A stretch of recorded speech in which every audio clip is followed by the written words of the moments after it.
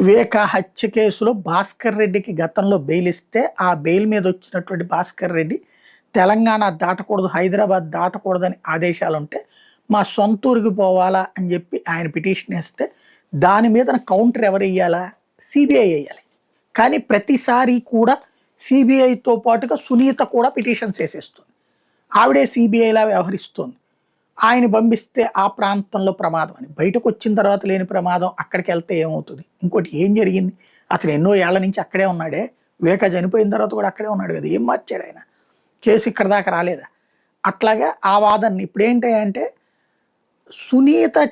Sunitha lawyer చేసే వాదనే న్యాయస్థానం తీర్పులాగా వార్తలు రాస్తే ఈనాడు జ్యోతి వాదనే. ఈ వాదనల్ని సుప్రీంకోర్టు తోసిపుచ్చేసింది.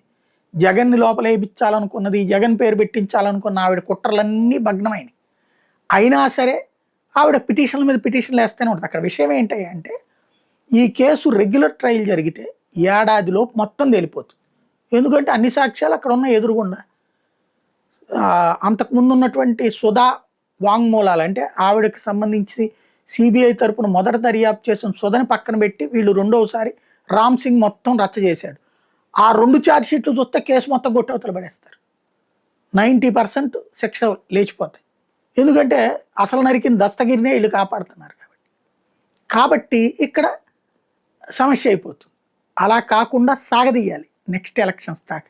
అందుకోసం పిటిషన్ల మీద పిటిషన్లు సుప్రీంకోర్టు తోసిపుచ్చి నువ్వు ఇక రెగ్యులర్ హీరింగ్ జరగనీయమ్మా అంటే నీకు ఇంకేమన్నా అనుమానం ఉంటే ఏసీబీ కోర్టుకి వెళ్ళమని.